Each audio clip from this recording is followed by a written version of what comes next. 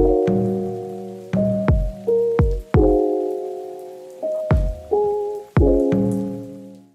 guys, I hope you're all doing well. As you can see from the title, today's video is going to be 6 items that I absolutely cannot live without.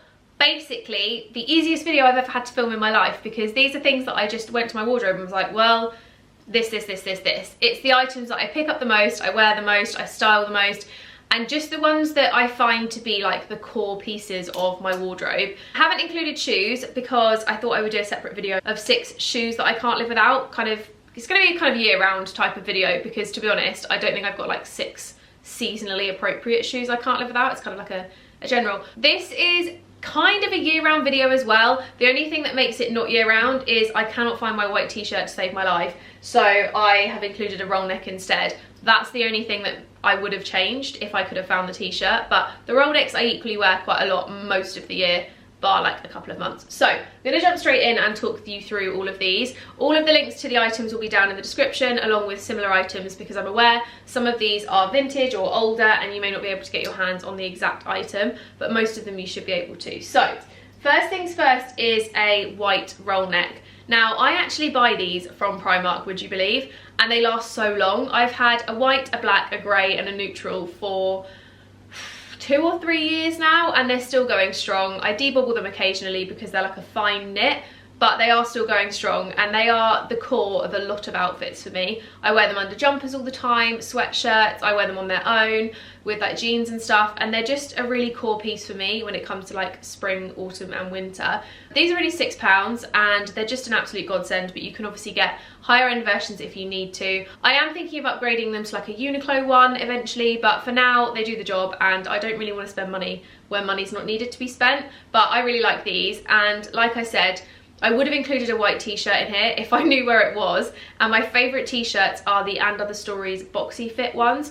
I have them in, I think, like 3 colours now, and they're about £17, so a little bit more expensive for a basic t-shirt, but absolutely worth their weight in gold. They are just the best quality t-shirts I've ever had. Then I've popped on a neutral jumper, which is actually new in this year, replacing one that I had which just got so old and bobbly that I just needed to get another one. And it's just a neutral jumper. So this is a kind of high neck one, because if you haven't already noticed, I like things that are a little bit higher on the neck. I just find them a little bit more flattering on me, and this one is just a classic from H&M. It's a kind of oatmeal-y tone, so a little bit more creamy, really nice and chunky, and just a great layering piece, which will go with absolutely everything. It also smells like my perfume. It smells really nice. But it just goes with everything. Great for layering up, dressing up and down, and honestly, a staple. You cannot go wrong with a neutral jumper. Or, to be honest, a black one as well, if I would have added another item into here. But a neutral one I find a lot more essential, because they just, like I said, go with everything. They're really classic, really easy to style, and just a very core piece of my wardrobe, and something that I reach for quite often. So if I'm just looking to throw on an outfit, I tend to just throw on like jeans and a t-shirt, or jeans and a jumper like I'm wearing now. And to be honest, I think that's kind of everyone. We all opt for those really basic pieces as an outfit, and then layer on top or mix and match as we want to. Then for the third item, I've gone for a pair of jeans, which are probably 85% of people's staples. These are the Levi 501s, and I cannot remember for the life of me which colourway they are, but I will leave them linked down below. I just can't remember the name. These are like a faded black, and they're personally my preference over pure black jeans, because faded black, I think, just gives that little bit of dimension and texture to an outfit, whereas having pure black I find a bit, I mean, I love wearing all black, don't get me wrong, but I find sometimes the faded black is a little bit more preference, and it's a lot more easy to style throughout the year. I really like these ones. I got them in a waist 27 and a length 28, I think. I don't know where the tag is inside, but the back doesn't actually say. I don't know, but I know they're definitely a waist 27, because when I buy Levi's, especially the 501s, I always size up one, and then I can either add another popper to make the waist a bit smaller, or, to be honest, I kind of like them when they're a bit looser of a fit, and I can just belt it. But these are just a classic for me. The 501s are an absolute dream. They are my all-time essential favourite jean. I cannot fault them. I actually have them in a blue as well, which is what I did have on. I've now put a cream pair on because I don't know, I changed my clothes about 7 times this morning. They are just a really essential pair of jeans, and if I could own them in every colour, I 1,000,000% would. I live in them over everything else.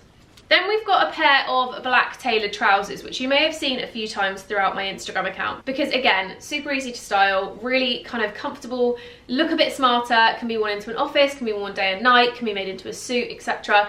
They're just a nice pair of trousers and something a bit different if you're not wanting to wear jeans. So I tend to dress these down with like a t-shirt and some trainers, but you can also dress them up wearing like a blazer and something over the top. They're very versatile, and these ones are just a cheapy pair that were $19.99 from H&M. They've lasted really well, and they're just a nice kind of straight leg fit, a little bit cropped, elasticated waist, and just a beautiful crease cut down the front that's just nice and classic. Then the last two items are more on the outerwear end of the scale, and I've decided to pop in a black blazer, which I don't think is any surprise to anyone. They're just an essential for, I think, every person on the planet, to be honest. It's something you can't fault in a wardrobe, and something I find myself gravitating to all the time. I layer them under coats, I wear them on their own with like t-shirts and stuff. You can dress them up and down really easily, and they're just an absolute classic. And one of my favourite places to buy blazers is actually Zara. And Zara ones can be kind of varying in price. I normally go for the ones that are around about £50 because I find them to be a little bit more high quality than the cheaper ones, but also not too expensive that they break the bank.